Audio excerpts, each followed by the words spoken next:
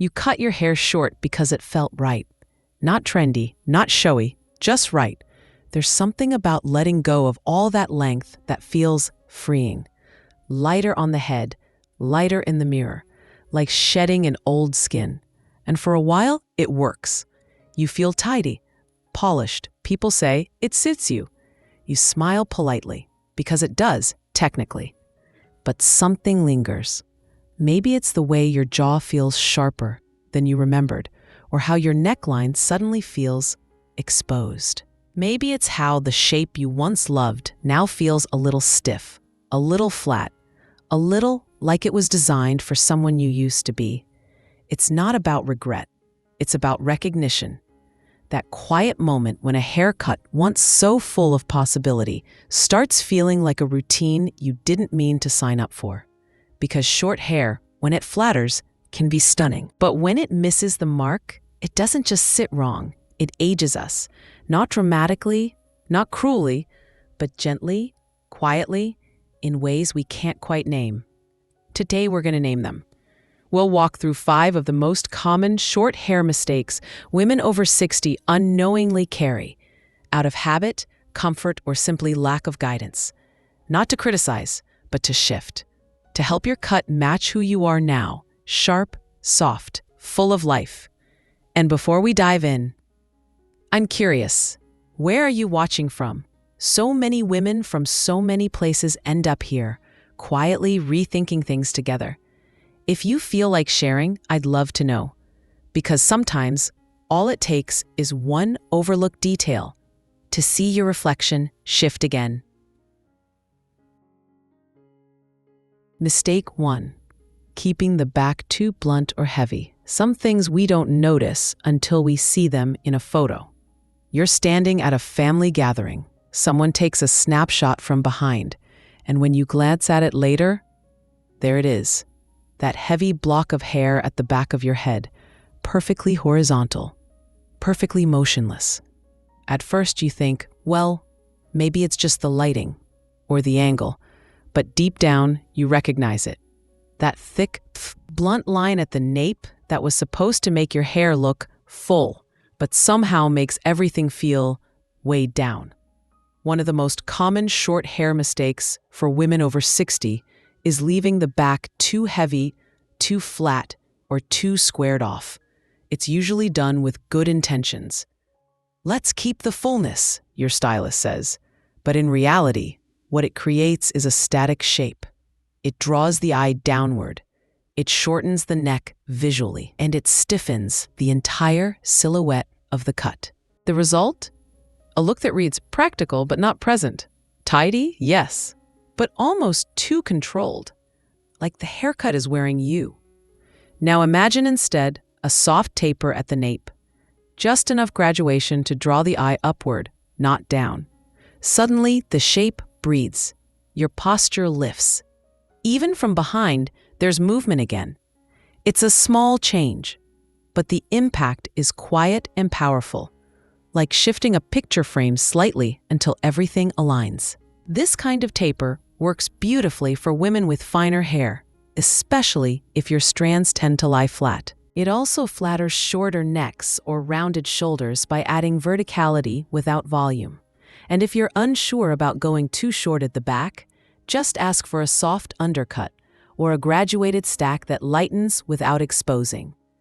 Some women say this was the update that made their cut feel modern again without going trendy. Others say it just finally felt like them again. The moment you take that bulk away, you give the haircut a chance to move with you, not just follow behind. Mistake 2. Cutting the sides too close to the face. It sounds like a good idea. You want lift, shape, clean lines. So you ask for a cut that hugs the face, hoping it'll make everything look more defined, more neat. And at first glance, it does. The sides are tight. There's no puff, no frizz. But something else happens. Your features start feeling boxed in, like your hair is outlining your face a little too precisely. This is the second silent mistake of short hair in our 60s. cutting the sides too close to the skin, especially right around the cheeks and jaw. It's a detail stylists often overlook.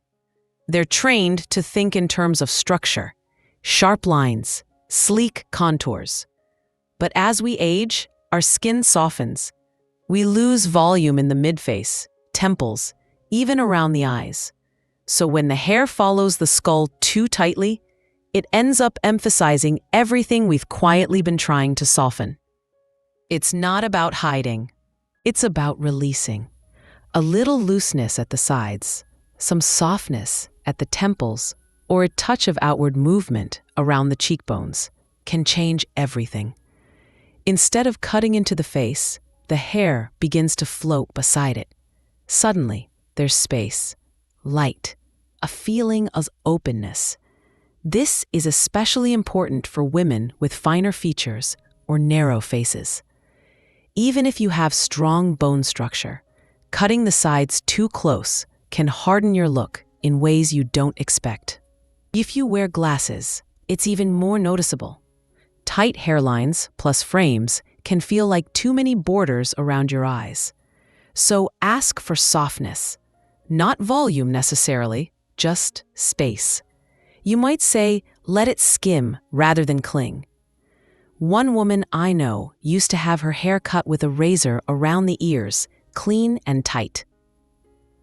Then she tried leaving just a bit of length to curve gently toward her cheekbones. She didn't say anything after the appointment, just touched the sides of her face and smiled, like she'd been given breathing room. Because sometimes it's not about taking more off. It's about letting more out. Mistake 3, sticking to your length without reevaluating shape. We all have it, that one length, the one that works, the one you've asked for year after year because it's safe, reliable, familiar. It lands somewhere between the ear and the jaw. Maybe with a little layering, maybe not. You've told yourself, this is my length, this is what suits me. But here's the quiet truth most stylists won't say. A length that once framed your face perfectly can, over time, start pulling everything downward. Not because you changed the haircut, but because your face changed. This isn't vanity, it's reality. As we age, skin loses elasticity. Jawlines soften. The space between chin and collarbone shifts. A length that once felt sharp and lifting can now sit in exactly the wrong place. Cutting across the neck, closing in the face, exaggerating jowls or heaviness you don't even remember having. That's the twist. It's not the style that's wrong. It's the relationship between you now and that old length you've been loyal to. Some women feel betrayed when they realize this. They say, I've worn this cut for 15 years. Why does it suddenly age me? But it's not betrayal. It's simply that your haircut stopped evolving when you kept it still. So what's the shift? Sometimes it's going just a bit shorter, lifting the length off the jawline. Other times it's the opposite, allowing it to grow slightly longer. So it drapes instead of cuts. It depends on your proportions, your neckline, the way you carry your posture now. And here's the quiet invitation. Ask your stylist to reevaluate your shape, not just the cut. You might find that the length you've been protecting all these years is the very thing holding you back from feeling light again. Some women never even changed the style, just the placement, and suddenly their whole face felt taller, more relaxed, more seen, because the right length isn't about staying loyal. It's about staying current with yourself. Mistake 4, ignoring texture, styling it like it's still 1992. Some updates don't need scissors. They just need forgiveness, especially when it comes to how we style the short hair we already have. You'd be surprised how many women, even with a fresh cut, still find themselves battling their hair like it's the early 90s. Round brush in one hand, heavy mousse in the other, flipping layers under, smoothing everything flat, blow-drying into place like a helmet of good intentions. And here's the thing, it's not a crime. It's what we were taught. Controlled meant elegant. Volume meant youth. Frizz meant failure. But hair doesn't behave the same after 60. It changes, gets finer, drier, sometimes thinner at the crown.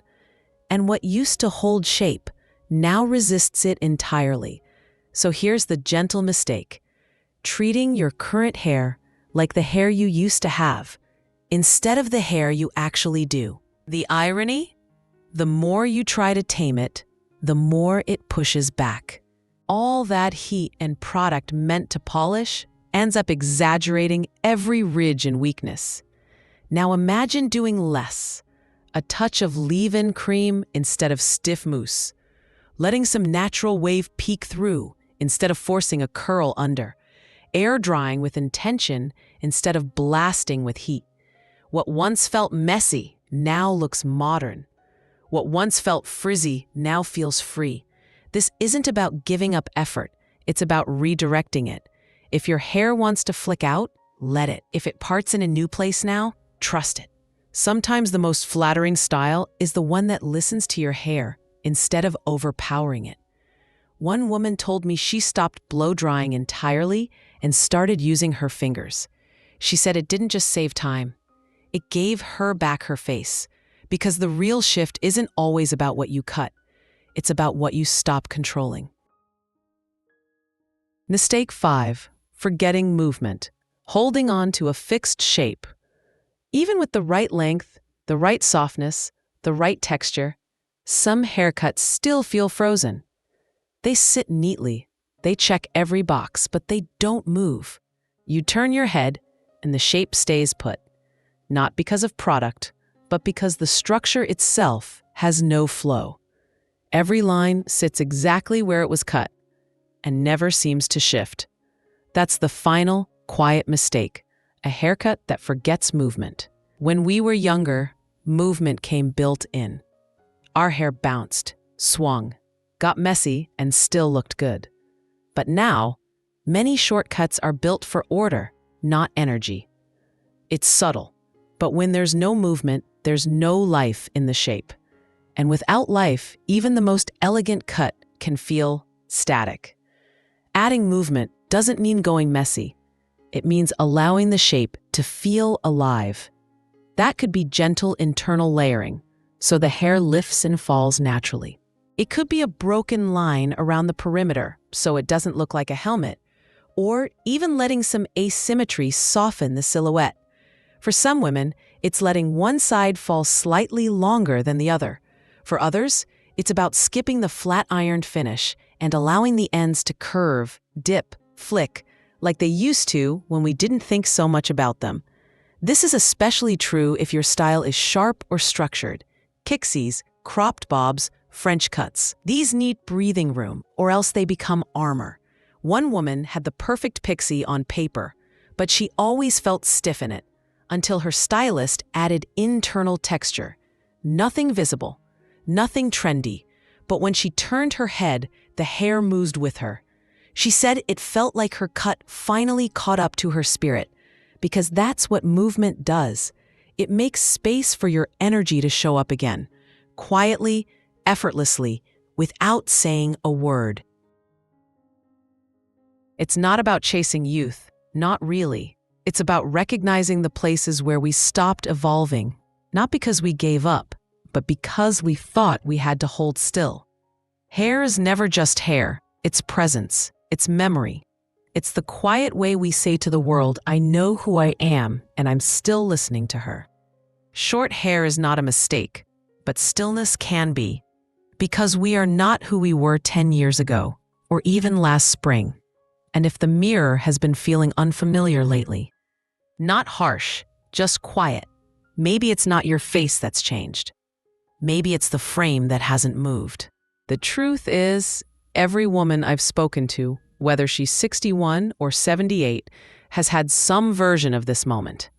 Not dramatic, not loud, just a small pause in front of the mirror where she catches her own reflection and thinks, I'm ready for something else. Not something radical, just something that feels like it's in motion again, like it's listening to her life now, not the one she outgrew. And that's the heart of it.